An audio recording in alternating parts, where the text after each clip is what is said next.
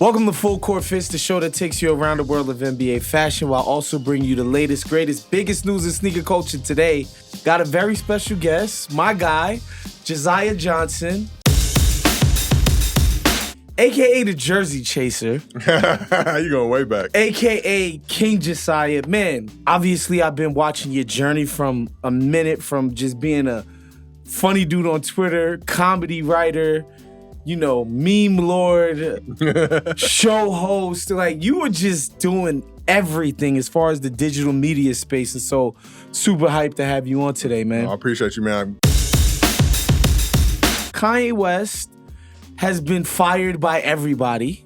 Balenciaga was like, we don't want to associate with you. Gap is like, we're done with the deal. Of course, for the purposes of this show, Adidas has said they're done with Yeezy.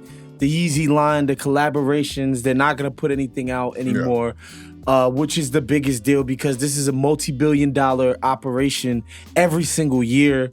It's made Kanye hundreds of millions of dollars. Forbes had him as a billionaire because of his association with the brand. And they finally fired the guy after a myriad, a hailstorm of hateful anti-Semitic comments. But it's just like, man, Kanye's basically been the second most important person in sneakers. Some would say the most important in men's footwear, in culture, outside of Jordan for the last 5-6 years. Some might even say since the Yeezy 2s, which was like 8 years ago. What's your thoughts, bro?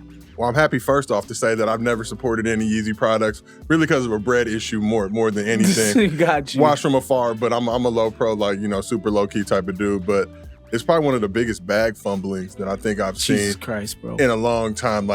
Pretty blatant, deliberate, had opportunities to clear the air, but once you turn it up with Candace Owens and, and we knew back when he said slavery was a choice that this was the trajectory. That was 2018. So the anti-black stuff, and shout out to Van Lathan, obviously, in his TMZ days, we called all that stuff out.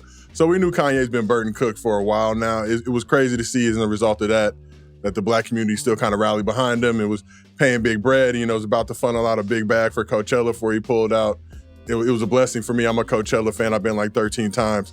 But them tickets was like $1,500 a pop when Kanye was supposed to headline. Then he pulled out and they went from below face, which I'd never seen before in Coachella history. That's amazing. Since I've been playing the StubHub stock market, I've never seen that happen. But yeah, man, especially the anti-Semitic stuff that he's been coming with lately, it's sad. And it's a sad day when it's somebody like Kanye, you go to Skechers and you can't even get a look. You can't get a look over there. I don't know. I'm gonna get to the Skechers part because that's the best part of the story to me, is because it just shows what's happening in a tight little fashion. But I want to get back to the bag fumbling because I don't think a lot of people understand how much money was involved in this deal. One, they're doing billions in sales every single year. Billions with a B. And two, a lot of people don't know this, but Kanye has a more favorable royalty split with Adidas than Mike had with Nike. Yeah. You understand? And the Nike deal is what made Mike into a billionaire. So just think about that. Only 6 years into the most significant, basically, sneaker deal ever, and it's done just like that. Could you imagine that? It's always checks over stripes for me, so but I could, but Mike was getting finessed and finagled. These were the 80s, obviously those were the times, Sure. And obviously as things progressed throughout the years, I'm sure he was able to finesse better deals for himself. But yeah, I just, I love bags personally. I like making money and supporting my family. Of course. I just trying to realize what level of burnt or cooked I would need to get to where I literally just say, I don't want any of that stuff. I'm good on all of it. And I don't think I'll ever get to that level. So I'm hopeful and optimistic. I think a lot of people who are watching this right now are going to know you from Twitter for the memes. Yeah, for sure. Just some of the most legendary memes. And you had been doing it. I feel like you were always good at it, but then it just became a point where you just started attacking it. That was a result of, so we did Legends of Chamberlain Heights on Comedy Central. Mm-hmm. At that point, I fucking hated social media. I'm gonna be real with you. I like doing the YouTube shit, didn't like to put myself out there. Yeah. Wasn't really a fan of it. But as the show was getting ready to premiere, I just looked at looking at shows like Insecure, which launched around the same time as us, and Game of Thrones, which it kind of had a good run at that point. The way that they built communities around social and people, like Game of Thrones aired on Sunday, but from Monday to Saturday, everybody was still buzzing, talking about it, making memes out of it, creating their own world around whatever the episodes were going to be. So I was like, this is a great way. And for real, to be honest with you, it was the one, like, you work network life, and I love Comedy Central. Shout out to all the execs that worked on it. But they control you. This was the one thing where they didn't fucking bother me on. I could do whatever I wanted. They didn't have any control over it. And they started to see numbers and results as a result of it. And at first when I started doing, everybody was skeptical, like, oh, we don't know you can do this shit, whatever. Then, I started putting some heaters and some hits out. And what I would just do is go through episodes, drop these 30 to 45 second videos, write a little quick script, record it, animate my dude real quick, and the characters I did on the show, then be able to drop that shit. And literally within 20 minutes of something happening. So it came out of wanting to just promote the show. You were like, I'm just going to be really good at these memes and wanting to promote the show. Like desperation, like seeing the numbers come in. Like I remember we were paired up with South Park 2016. And this was at a point where I already kind of knew the way that the world was going. Because at Comedy Central, like the South Park lead-in is like the most coveted spot. And I was never really juiced about it because I'm like, I see the way South Park fans at that point were like Kobe fans, and we were like LeBron coming in. Right. They like what they like. They like South Park. So I was like, all right, well, social's the one way that if I can help build this stuff and keep it going. And it's funny, man, my girlfriend, then now wife, she would always just be in my ear like, yo, if this shit goes away at some point, what are you gonna have to show for it? Like, you're not gonna get to keep this account. Like, why don't you just do it for yourself? And I was kind of super hesitant and difficult. Then the show got canceled. I'm like, well, fuck.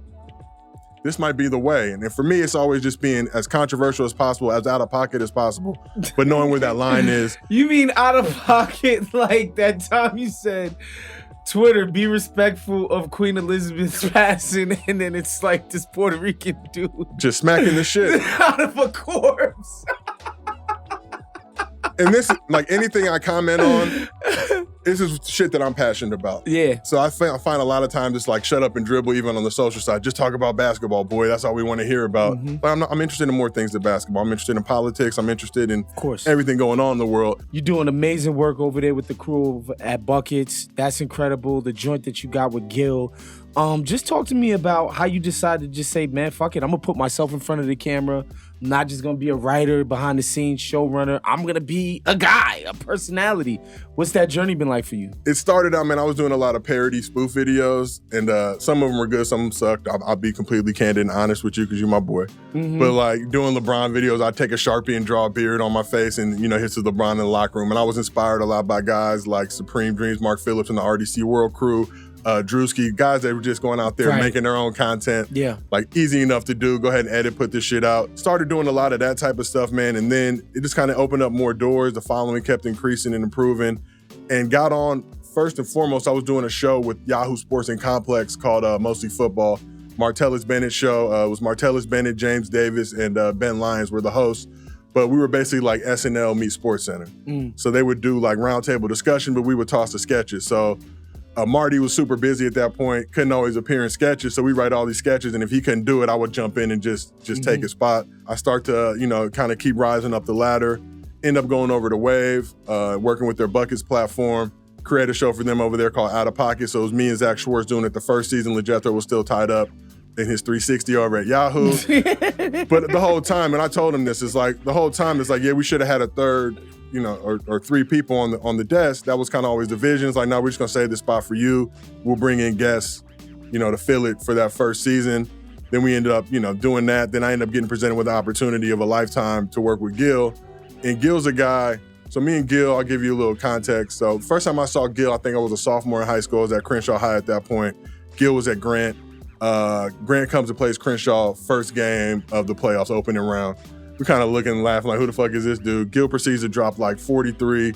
Crenshaw was notorious for this full court press called Rover. Like anybody who played against Crenshaw from like the 80s to the early 2000s knows they're gonna run that. They're running the press. They're getting your ass. You're not getting the ball across half court, beating you by 50. That's just so. Gil and like a team of dudes you'll never remember, but Gil coast to coast breaking the press, just like killing these squad. I'm like, what the fuck is this dude doing at Grant? And then proceeded to see Gil kind of as he went to Arizona and all that stuff. Then later on in life, turns out we live right down the street from each other. So we're both San Fernando Valley, Woodland Hills. So when I'd be on my jogs, I would see Gil in his Maybach. And we knew each other, but not like, we were boys or anything like that. So I always just give the black head nod, give it up. It's important, especially in the burbs. In the burbs, especially. It's very important. See Gil's Maybach cruising through, like give him the what's up. But then I get presented with the opportunity to go do his show last year. And it was like they were looking for a new co-host. Me and Gil hit it off right away.